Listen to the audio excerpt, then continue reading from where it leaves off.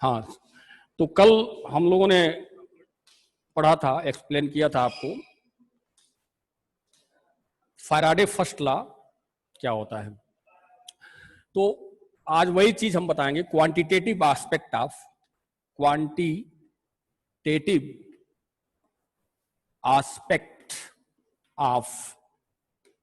Electrolysis.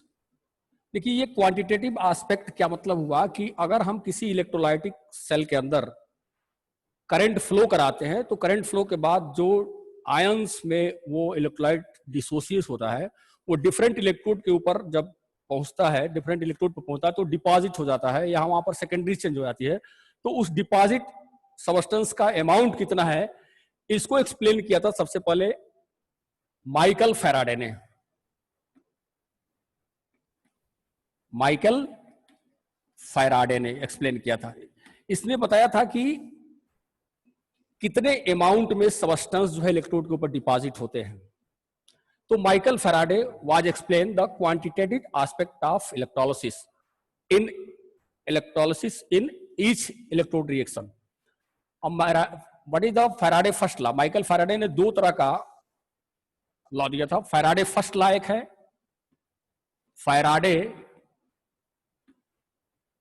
First law एक है, और एक है Faraday second law.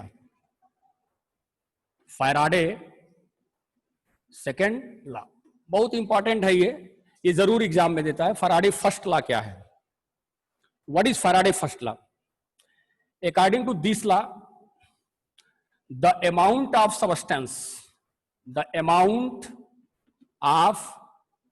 Substance deposited or liberated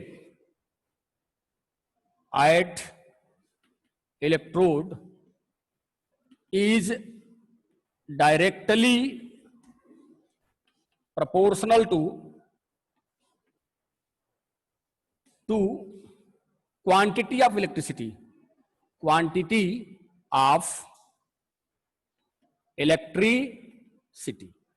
तो ये इसकी डिफिनीशन है। फर्स्ट लॉ ये बताता है कि the amount of substance deposited और liberated at electrode is directly proportional to quantity of electricity. मतलब अगर हम किसी भी सेल के अंदर जितने अमाउंट में हम इलेक्ट्रिसिटी जो है फ्लो कराते हैं, उसी अमाउंट में सबस्टेंस का इलेक्ट्रोड के ऊपर डिपॉजिशन होता है। ठीक है, अब इसको थोड़ा सा मैथमेटिकल हम रिप्रेजेंट कर रहे हैं। अब सपोज करिए कि W ग्राम अमाउंट सबस्टेंस है, तो W is directly proportional to quantity of electricity Q।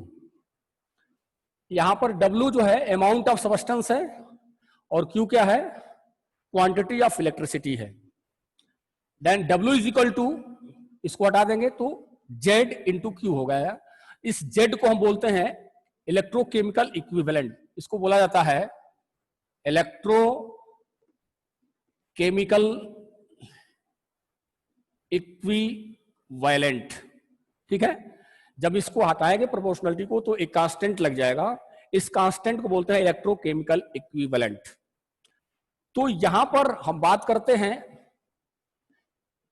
Z is equal to क्या हो जाएगा? W अपान Q हो जाएगा। अब यहां से आप चाहो तो इसको ये कर सकते हो, अगर Q is equal to 1 coulomb हम लेते हैं तो Z इज इक्वल टू क्या हो जाएगा? W। इसका मतलब ये हुआ कि अगर आप किसी भी इलेक्ट्रोलाइटिक सेल के अंदर 1 कूलाम करंट फ्लो कराते हैं तो इलेक्ट्रोड पर डिपॉजिट सबस्टेंस का अमाउंट जो होता है इलेक्ट्रोकेमिकल इक्विवेलेंट के इक्वल होता है।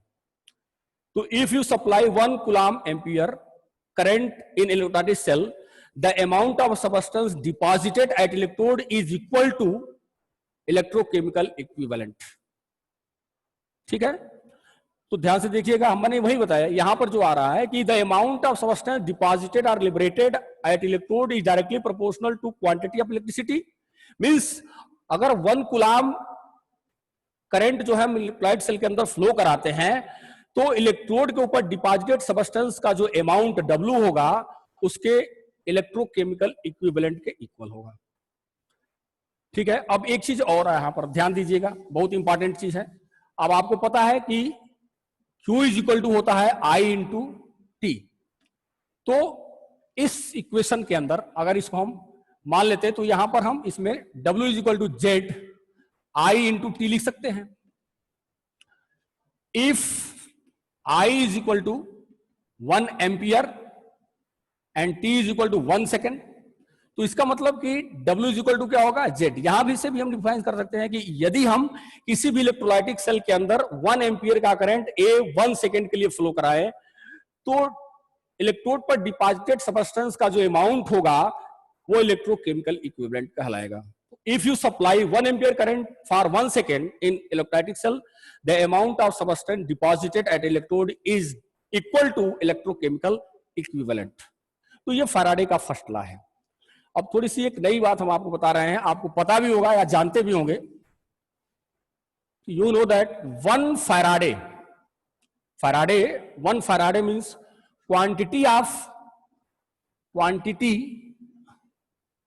Of electricity carried bye 1 mole of electron. 1 Faraday का मतलब हुआ कि quantity of electricity carried bye 1 mole of electron. यहां 1 फैराडे की मीनिंग हो जाती है कि व्हाट इज 1 फैराडे। तो आप इसको डिफाइन कर सकते हैं कि 1 Faraday means quantity of electricity is carried bye 1 mole of electron. अब 1 मोल ऑफ इलेक्ट्रॉन से कितनी इलेक्ट्रिसिटी कैरीड होती है, 1 mole of electron how many electricity are carried, कितनी इलेक्ट्रिसिटी कैरीड करता है। तो अवोगाद्रोस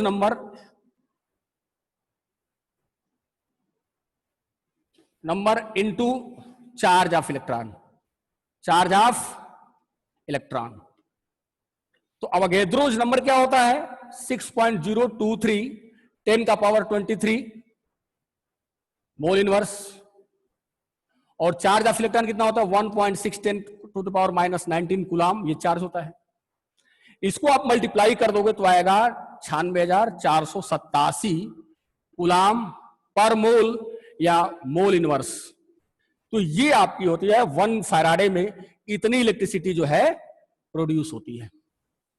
ठीक है, 1 फैराडे में कितनी इलेक्ट्रिसिटी प्रोड्यूस होगी, 96,487 कूलाम पर मोल या कूलाम मोल इनवर्स होगी।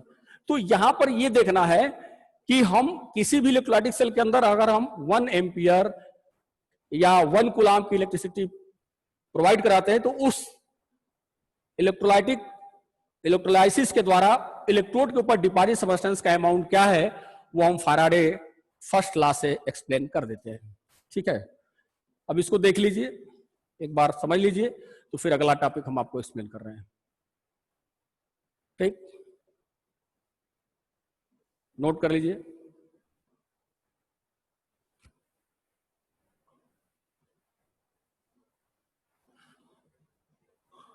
हाँ बोलिए, हेलो।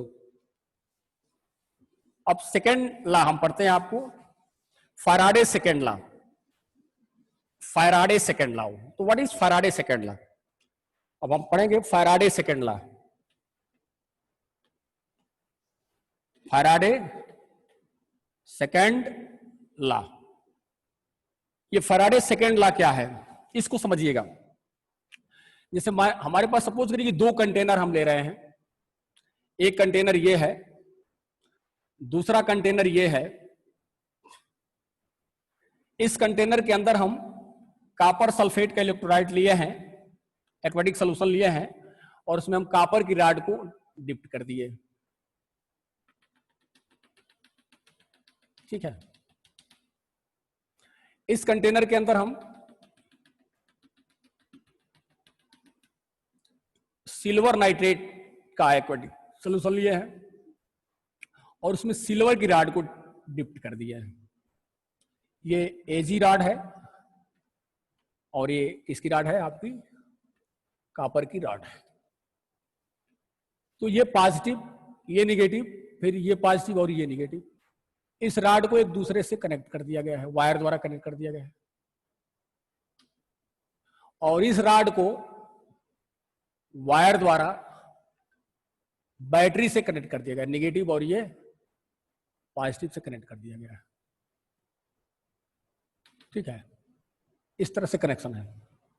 ये बैटरी है, बैटरी का ये पॉजिटिव पोल इसके निगेटिव ब्रांच से, बैटरी का निगेटिव पोल इसके पॉजिटिव ब्रांच से।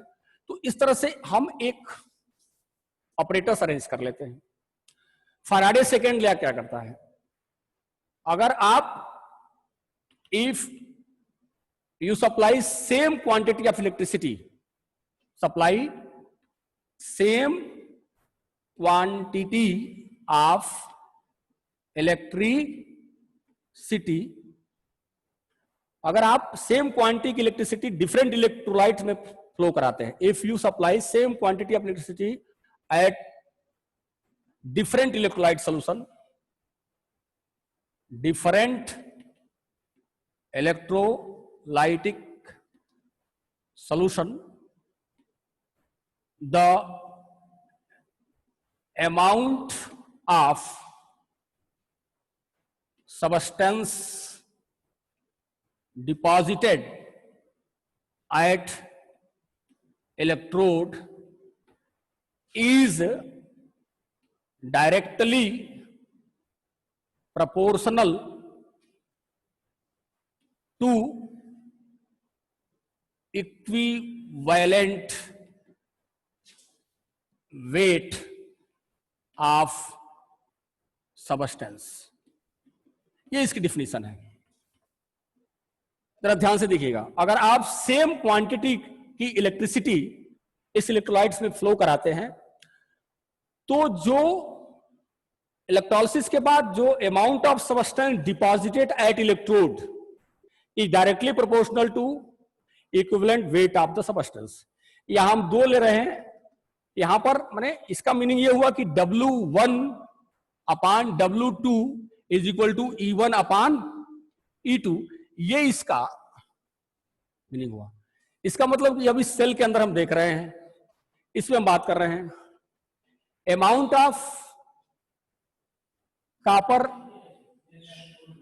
Of copper deposited upon amount of silver deposited is equal to equivalent weight of copper upon equivalent weight of silver। ठीक है, अब अगर ये इलेक्ट्रोलाइट्स जो है, हम कोई जरूर नहीं, यहां पर हम चाहें तो एक और जोड़ करके हम गोल्ड की भी रॉड ले सकते हैं, गोल्ड का भी इलेक्ट्रोलाइट लगा सकते हैं। तो अगर आप सेम क्वांटिटी की इलेक्ट्रिसिटी आप डिफरेंट इलेक्ट्रोलाइट सॉल्यूशन में पास कराते हैं, तो इलेक्ट्रोड्स के ऊपर डिपॉजिटेड जो अमाउंट है वो किसके प्रोपोर्शनल होगा, इक्विवेलेंट मास ऑफ सब्सटेंस के इक्विवेलेंट में होगा, यानी कि W1 upon W2 is equal to E1 upon E2। तो ये आपका डायग्रामेटिक रिप्रेजेंटेशन है फैराडे के सेकेंड लॉ का। तो हम आपको quantitative aspect Faraday first law और quantitative aspect of Faraday second law हम आपको दोनों एक्सप्लेन किए। अब इसका नोट बना लीजिए, तो फिर आगे हम चलते हैं। ठीक है,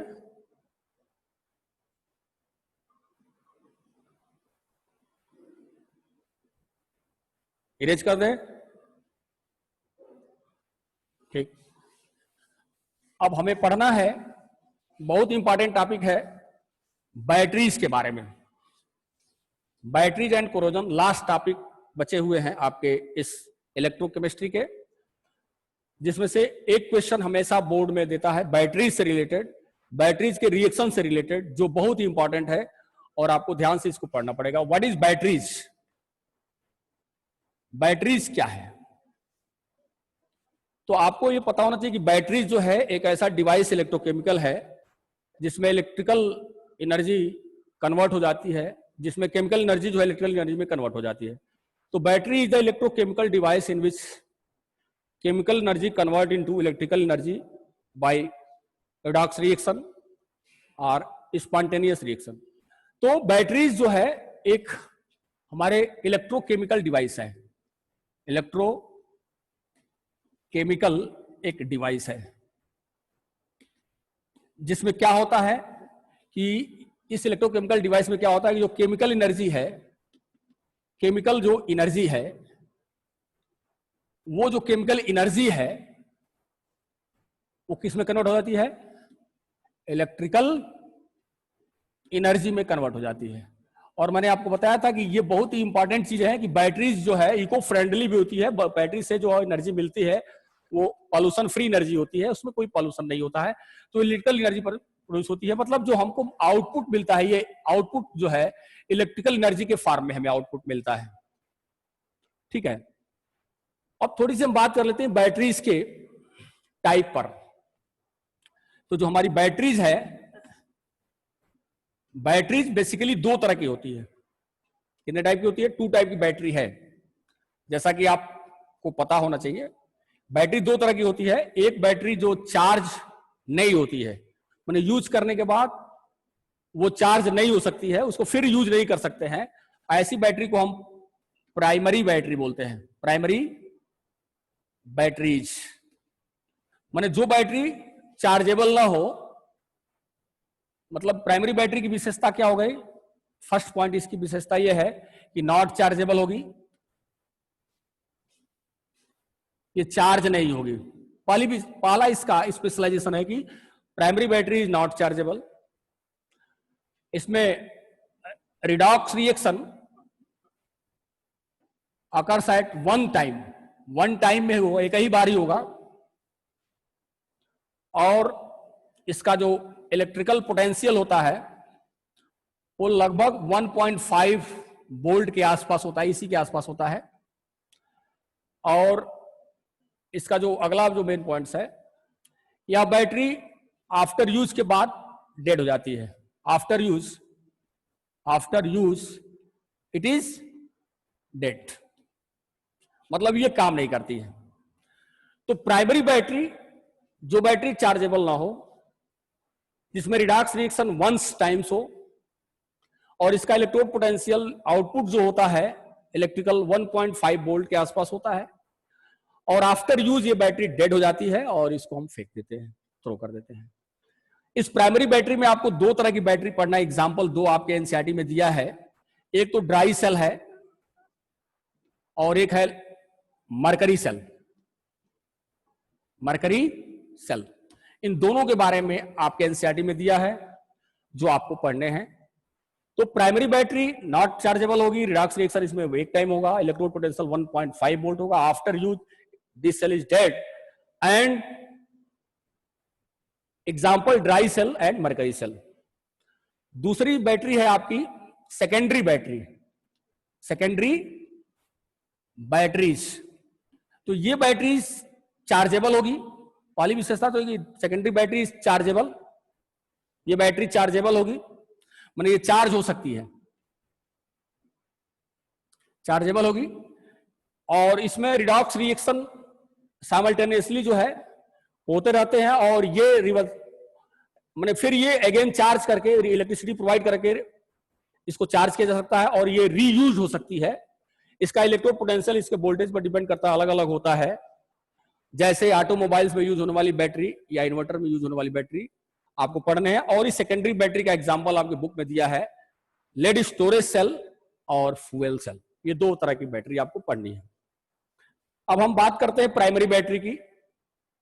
पहले हम आपको बता दें कि व्हाट इज प्राइमरी बैटरी, ये है क्या, इसको समझें।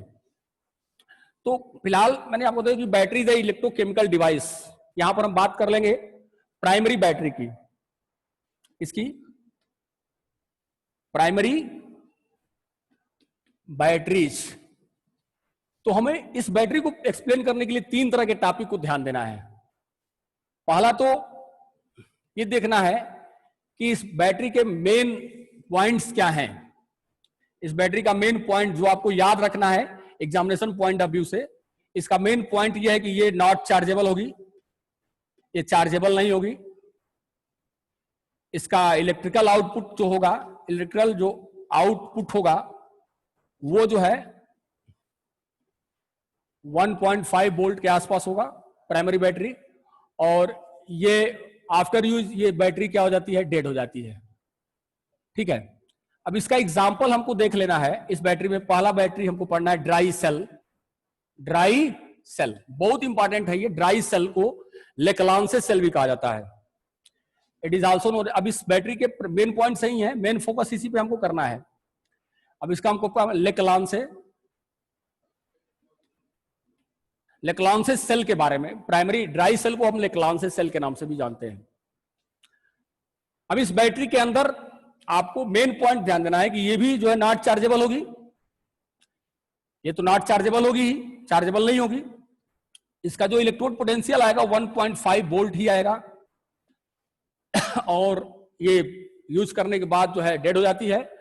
और इसका बेसिकली यूज जो है ट्रांजिस्टर में या वॉचेज में करते हैं। तो dry cell is also known as Leclanche cell. The electrode potential is 1.5 volt. It use in transistor and watches. अब सवाल इस बात का है कि लेक्लांसे सेल का स्ट्रक्चर है क्या और इसमें सेल रिएक्शन क्या होते हैं, इसको समझिएगा। तो किसी भी सेल को आप पढ़ रहे हो, किसी भी सेल को आप पढ़ते हो तो जरा ध्यान दीजिए, हम मेन पॉइंट आपको बता रहे हैं। किसी भी सेल को आप पढ़ते हैं, चाहे ये ड्राई सेल है, तो ड्राई सेल में हम 2 इलेक्ट्रोड यूज करेंगे, एक एनोड यूज करेंगे और एक कैथोड यूज करेंगे। ड्राई सेल में ही नहीं, मरकरी सेल में भी या any cell anode and cathode use करेंगे। अब आपको ये फोकस यही चीज याद रखना है, एनोड पे क्या होगा, ऑक्सीडेशन होगा, और कैथोड पे क्या होगा बेटा, रिडक्शन होगा। क्लियर? कैथोड पे क्या होता है, रिडक्शन होता है, आपको ये पता होना चाहिए। ऑक्सीडेशन मतलब lose of electron, lose of electron को हम क्या बोलते हैं, ऑक्सीडेशन बोलते हैं। और गेन ऑफ इलेक्ट्रॉन को क्या बोलते हैं बेटा, गेन ऑफ इलेक्ट्रॉन को रिडक्शन बोला जाता है। इन चीजों को ही ध्यान देना है किसमें, ड्राई सेल में, कि किस इलेक्ट्रोड पर इलेक्ट्रॉन लूज हो रहा है, किस इलेक्ट्रोड पर क्या हो रहा है, गेन हो रहा है। तो यहां पर हम सबसे पहले स्ट्रक्चर देखेंगे, ड्राई सेल या लेक्लांसे सेल का स्ट्रक्चर क्या है। तो स्ट्रक्चर को समझने के लिए थोड़ा सा हम यहां पर बात करते हैं, इसका हम फिगर ड्रा करते हैं लेक्लांसे सेल का। तो यहां पर देखिए ये लेक्लांसे सेल है। इस लेक्लांसे सेल में ये पूरा जो कंटेनर होता है ये जिंक का कंटेनर होता है। All container are made up of zinc. जो बॉटम जो होता है इसका नेकेड होता है, दैट इज Zn, जो एनोड का काम करता है। और इसके चारों तरफ जो है ऐसे पेपर ये लगा होता है, देखे होंगे आप लोगों ने ड्राई सेल में। और इसके बाद यहां पर एक ऐसे प्लास्टिक का ये इसके ऊपर ये लगा होता है, कवरिंग होती है। और यहां पर एक ग्रेफाइट की रॉड जो है बीच में लगी होती है। ये रॉड जो है इस जिंक के इलेक्ट्रोड को टच नहीं करती, ये इस कंटेनर को टच नहीं करती, यहां थोड़ा सा ये ऊपर होती है। अब इसके ऊपर ये कैप होता है, ठीक है। ये ग्रेफाइट की रॉड है, क्या है, ये ग्रेफाइट की रॉड है। ग्रेफाइट रॉड है जो कैथोड का काम करेगी। किसका काम करेगी, कैथोड का ये काम करेगी, ठीक है। अब इस ग्रेफाइट, देखिए स्ट्रक्चर से ही मतलब है, इस ग्रेफाइट रॉड के चारों तरफ ये पेस्ट फील्ड होता है, ये पेस्ट भरा होता है। इस रॉड के चारों तरफ ये पेस्ट फील्ड होता है। जो ये पेस्ट है, इस पेस्ट में क्या होता है इसको ध्यान दीजिएगा। इस पेस्ट में भरा होता है NH4Cl और इसमें मैग्नीज डाइऑक्साइड MnO2 होता है, प्लस ZnCl2 भी होता है, जिंक क्लोराइड भी होता है। अब इस सेल को ध्यान से देखिएगा। अब इस सेल को, ये सेल वर्क कर रहा है कि नहीं कर रहा है, इसको चेक करने के लिए यहां पर ये गैल्वेनिक सेल है, ये निगेटिव रॉड और यहां पर पॉजिटिव लिखा होता है। यहां से एक वायर से इसको हम ला करके यहां बल्ब लगा देंगे अगर, और फिर यहां ला के इसको टच करेंगे तो ये बल्ब ग्लो हो जाता है। तो ये पता लगता है कि ये सेल वर्क कर रहा है। ये लेक्लांसे सेल का स्ट्रक्चर है। लेक्लांसे सेल में ये पूरा जिंक का कंटेनर है जो कैथोड का काम करेगा। ये बीच में ग्रेफाइट की रॉड लगी होती है जो एनोड का काम करता, सॉरी जिंक कंटेनर जो एनोड का काम करता है, और बीच में ग्रेफाइट की रॉड लगी होती है जो कैथोड का काम करती है। इसके दोनों तरफ, दोनों side NH4Cl MnO2 and zinc chloride field होता है जो इलेक्ट्रोलाइट्स का काम करते हैं। और यहां पर आप देख रहे हैं कि इसको वायर से कनेक्ट कर देते हैं। अब इस सेल के अंदर थोड़ा सा जो मैंने बताया कि 2 तरह की बात है, यहां पर ध्यान से देखिएगा। इस सेल के अंदर जो एनोड है, यहां पर एक तो एनोड है और एक कैथोड है। तो एनोड रिएक्शन क्या है? एनोड रिएक्शन मैंने बताया कि एनोड पर ऑक्सीडेशन होगा। क्या होगा? ऑक्सीडेशन होगा। और ऑक्सीडेशन क्या होता है? Oxidation is the process of losing electron. Zinc से Zn+2 इलेक्ट्रॉन, 2 इलेक्ट्रॉन लूज होते हैं, यहां पर ऑक्सीडेशन होता है। तो जिंक पर तो कोई समस्या नहीं है, जिंक इलेक्ट्रोड पर ऑक्सीडेशन हो रहा है। टाइम सर देख लीजिए।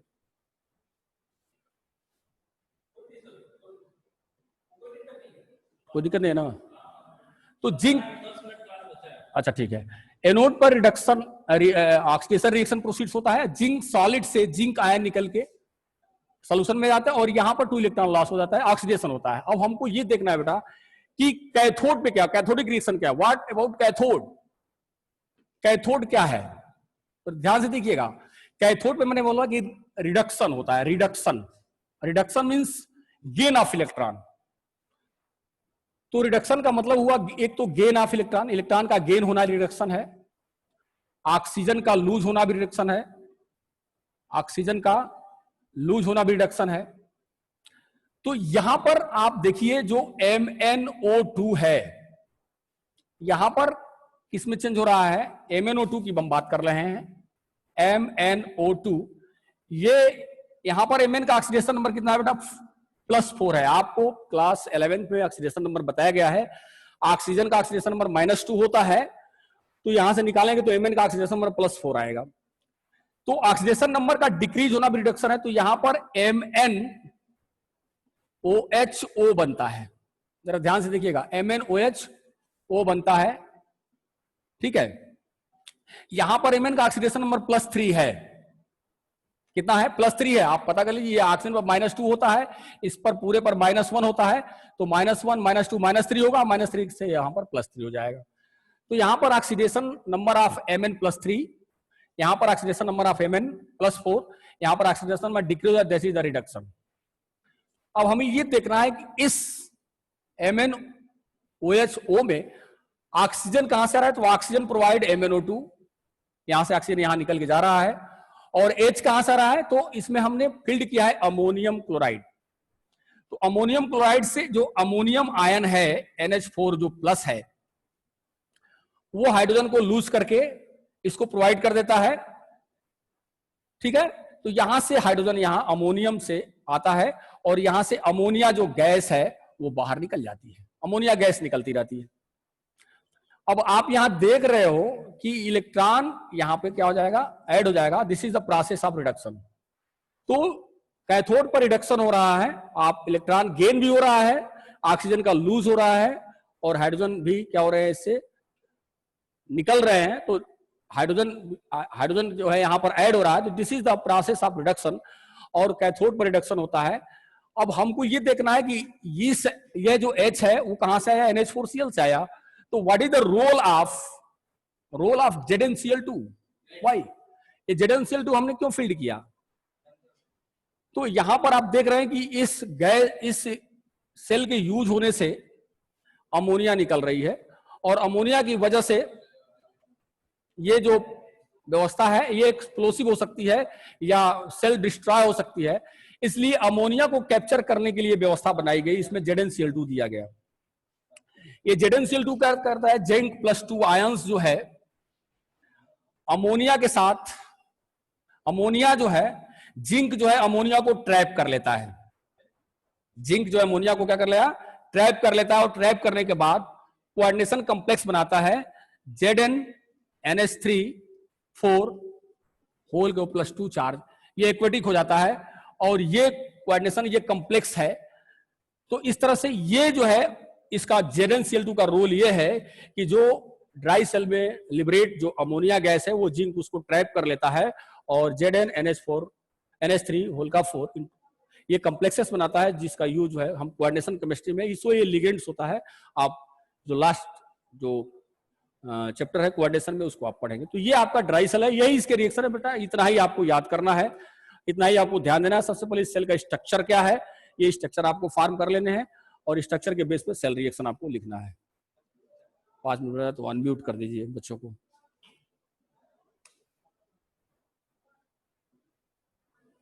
अनम्यूट कर दीजिए जरा। स्टूडेंट आप लोग अपने आप को अनम्यूट करके क्वेश्चन पूछ सकते हैं। Hello. Yes sir. Hello. Yes sir. आवाज जा रही है बेटा? जी सर। Yes sir. हाँ, जी तो सर। आज जो टॉपिक मैंने बताया आपको समझ में आया? आज के जी टॉपिक सर। में हाँ कोई डाउट हो तो बेटा यस पूछ, सर। कोई भी समस्या हो और कोई भी डाउट हो आज के टॉपिक में तो आप पूछिए। यस सर, पूछ रहे हैं सर। हाँ बोलो। सर सबसे पहले तो एक चीज सर, ब्लैक बोर्ड बीच में साइन कर रहा है जिसकी वजह से जो लिखा हुआ है वो दिख नहीं रहा।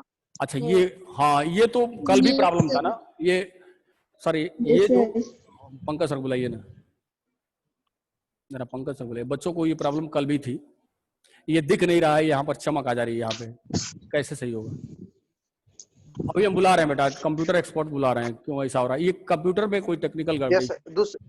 हाँ सर, ये क्यों सर दूसरी ब्राइटनेस आ रहा चीजें है यहाँ देखते हैं पर? सर। अच्छा ये लाइट की वजह से आ रहा है बेटा, ये जो लाइट है ना, यहाँ पे जो लाइट चल रही है सर तो दिख नहीं रहा है। हाँ ये तो अभी दिख नहीं रहा ना। अच्छा जरा उसको जरा बंद करिए सर, अभी हम एक्सपेरिमेंट करके देख ले रहे हैं, जरा उसको बंद कर दीजिए। हाँ अब दिख रहा है? अब सही है। हाँ Yes, वही, sir, सर दिख आप रहा है. दिख रहा है। यस सर, सही है सर। हाँ वही खिड़की जो खुली थी इस वजह से लाइट यहाँ आ रही थी। ठीक, नहीं हम समझ रहे हैं, कल भी ये और प्रॉब्लम था। पूछो सर। हाँ पूछो पूछो। सर ये जो एक्वस सर सॉल्यूशन ये इधर आप है किसमें? कॉम्प्लेक्स में? इसका नेम क्या है सर? ये बेटा ऐसा है ना कि टेट्रा अमोनिया जिंकेट नाम होता है, ये कोऑर्डिनेशन केमिस्ट्री में आप पढ़ेंगे, इसका आईयूपीसी नेम होता है, टेट्रा एमिनो जिंकेट होता है। ये आपको बताया जाएगा कोऑर्डिनेशन कॉम्प्लेक्सेस में। ये कोऑर्डिनेशन कॉम्प्लेक्सेस बनते हैं, जो अमोनिया गैस निकलती है ना, ये अमोनिया गैस एक्सप्लोसिव हो जाती है, इस गैस को एब्जॉर्ब करने के लिए इसमें जिंक क्लोराइड फील्ड होता है, समझ रहे हैं ना? ये जिंक क्लोराइड जो है, अब जेडन आयन जो है अमोनिया को ट्रैप करके ये कॉम्प्लेक्सेस फॉर्म कर देता है ताकि सेल जो है सेफ रहे। Yes sir. इसके लिए यूज करते हैं इसका। Yes sir. और जो मैग्नीज जो डाइऑक्साइड इसमें यूज करते हैं, मैग्नीज का रिडक्शन होता है। मैग्नीज का यहाँ पर ऑक्सीडेशन नंबर +4 है, यहाँ पर कितना है? +3 है। अब MnOH O बन रहा है। अब जो OH है, यहाँ H कहां से आया? तो अमोनियम क्लोराइड से H ये प्रोवाइड आता है और ऑक्सीजन यहां से निकल के जाता है। तो यहाँ पर ऑक्सीजन का ऑक्सीडेशन -2 और OH का -1 दोनों मिला के -3 हो जाएगा, -3 और ये +3 हो जाएगा। तो ऑक्सीडेशन 4 से 3 हो रहा है, तो ये रिडक्शन ही हो रहा है। और ammonium gas change, ammonium ion change into ammonia gas. इस अमोनिया गैस के बनने से सेल वास्टफुल हो जाएगी, इसलिए इस सेल के अंदर एक व्यवस्था की गई कि इस अमोनिया गैस को ट्रैप किया जाए। तो यही जिंक क्लोराइड इसको ट्रैप करके ये कॉम्प्लेक्सेस फॉर्म कर देता है। ठीक है? और सर मेरा भी क्वेश्चन है। हाँ बोलो बेटा। सर ये रिएक्शन जब हो रहा है तो सर यहाँ जब MnO2 का रिएक्शन हो रहा है NH4 से, तो सर इसमें Cl कहाँ जा रहा है? ऐसा है ना कि ये Cl भी जो है बाई प्रोडक्ट के रूप में निकल जाता है। यहाँ जो Cl आप देख रही हैं NH4Cl, तो Cl आयन के फॉर्म में उसी में पड़ जाता है बाई प्रोडक्ट। हमको ये देखना है कि इस सेल के अंदर जो इंपॉर्टेंट रिएक्शन क्या प्रोसीड्स हो रहे हैं। हमारे एक रिएक्शन तो ऑक्सीडेशन का हो रहा है, क्लियर है। दूसरा रिएक्शन इसमें हमको ये देखना है कि मैग्नीज रिडक्शन क्या होगा, में इलेक्ट्रॉन का गेन होता है, तो NH4Cl से NH4+ और Cl निगेटिव आयन बनता होगा। तो ये निगेटिव आयन जो है इसी के अंदर रहता होगा और ये निगेटिव आयन का रोल उसमें कुछ नई सेल में नहीं है, बस केवल अमोनिया गैस निकल जाती है, NH4+ से अमोनिया गैस निकल जाती है और इस अमोनिया गैस को देखना है। Cl उसमें रिएक्शन में पार्टिसिपेट नहीं करता है, क्लोरीन। ठीक है? No participate in chemical reaction. हाँ बोलो। हाँ बोलो सर। ZnCl के पेस्ट को लेने की जरूरत ही क्या है? ZnCl को पेस्ट के लेने की जरूरत नहीं। और यही नहीं, यहाँ पर एक कार्बन ब्लैक भी होता है, ध्यान देना, कार्बन ब्लैक भी होता है। अब इस पेस्ट के लेने की जरूरत नहीं भी है और है भी, सुन लीजिए, क्योंकि यहाँ पर जिंक पर जब ऑलरेडी ऑक्सीडेशन हो तो जिंक तो यहां से भी आपको मिल सकते हैं ना, लेकिन हम ZnCl2 भी यूज कर लेते हैं। हाँ तो लेते हैं। देखो ऐसा है कि ये नहीं भी रहेगा तो भी वर्किंग इफिशियंसी में इफेक्ट पड़ता है। जिंक आयन होने से भी रिएक्शन हो जाएगा या ZnCl2 से भी हमको Zn मिल जाएगा सपोर्ट। तो ये कार्बन ब्लैक क्यों लेते हैं कि इस ग्रेफाइट को सपोर्ट करता है।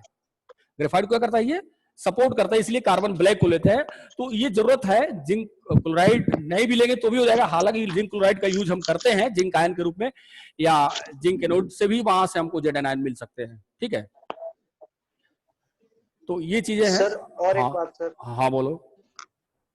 आप फराडे को डिफाइन कर कार्बन रहे थे तो ब्लैक का बताया क्या था यूज कि है सर? क्वांटिटी हाँ बोलो, फैराडे को डिफाइन किया the amount of substance, first law को ना, सर फर्स्ट लॉ या नहीं, सेकेंड लॉ? फराडे का जो एग्जाम जैसे हाँ लॉ नहीं सर, जैसे 1 फराडे किसको कहते हैं, जब आप बता रहे थे हाँ हाँ हाँ, तो आप बोले कि quantity of electricity carried by 1 mole 1 mole of electron, 1 mole of electron. इसको तो देखो, यहाँ पे इलेक्ट्रिसिटी होगा कि